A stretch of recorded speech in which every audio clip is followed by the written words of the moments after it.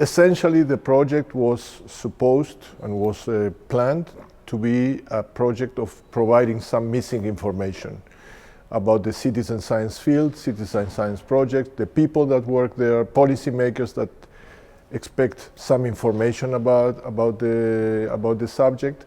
And I believe that we are now more or less immersed in the final part of the project, that I would define also with some important emphasis on the side of policy recommendations that we expect to reach, the issue of accreditation, and in general completing the comprehensive picture of citizen science that we plan to obtain. You know, and the analytics and the analysis, the combination between analytic and analysis, that is something that cstrack is actually contributing to the research agenda on this, because with the analytics we can look at big data sets and see and come up with some general insights on what citizen science is and the way it is manifested in the internet, at least. That's a partial picture, but at least we can get some hints on that, whereas we combine our quantitative and qualitative approach to these findings, so we have a combination between analytic and analysis. Us, for example, in work package 1, which aimed at highlighting the theoretical perspective on citizen science, I was involved and in investigating countries in the EU that are poorly demonstrated in the literature on citizen science.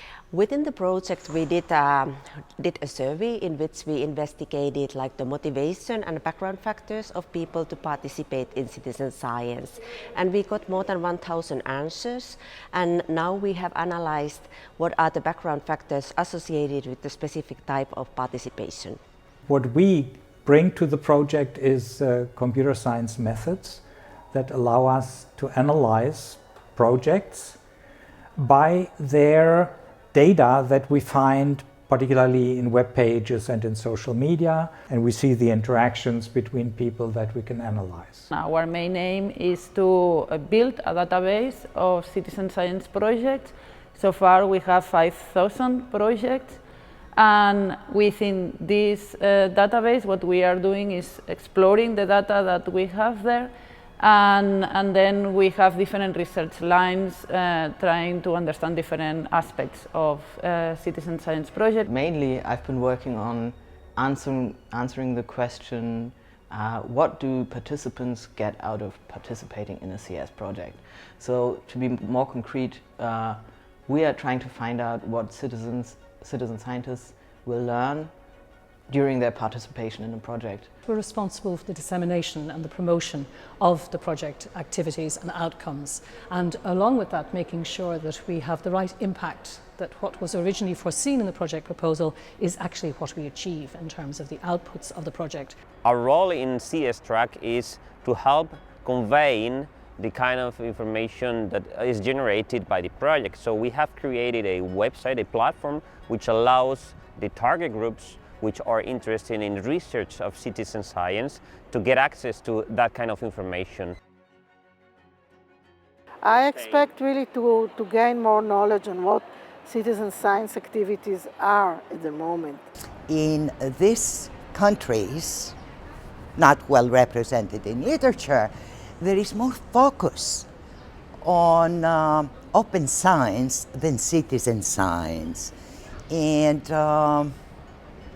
that finding also relates to, from what I understand, to what the literature review done by Christine and Michael revealed as well. And therefore, the relation between open science and citizen science is something that needs to be further investigated and further framed.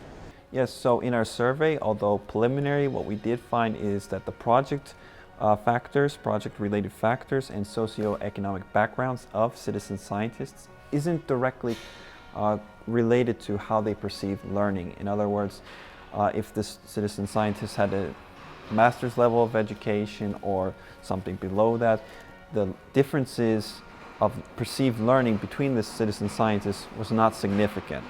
However, what we did find is that the more citizen scientists were involved in citizen science projects and their activities, they experienced higher levels of learning. We have been looking at activity trajectories, so the development of activity of certain users in projects, so that's what we call the micro level.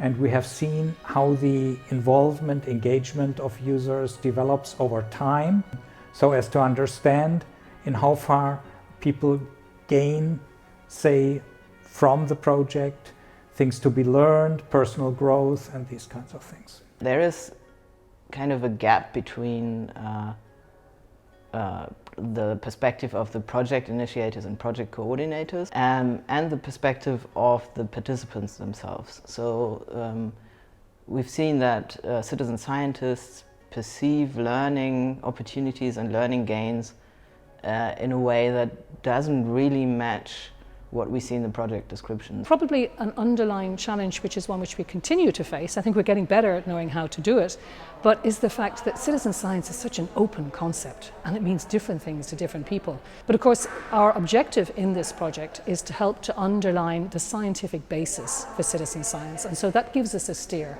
that helps us. We're not just talking generally about citizen science, but our job is to make research and the understanding of how it works more visible to others. So that helps and that gets a little bit easier, but it is a challenge.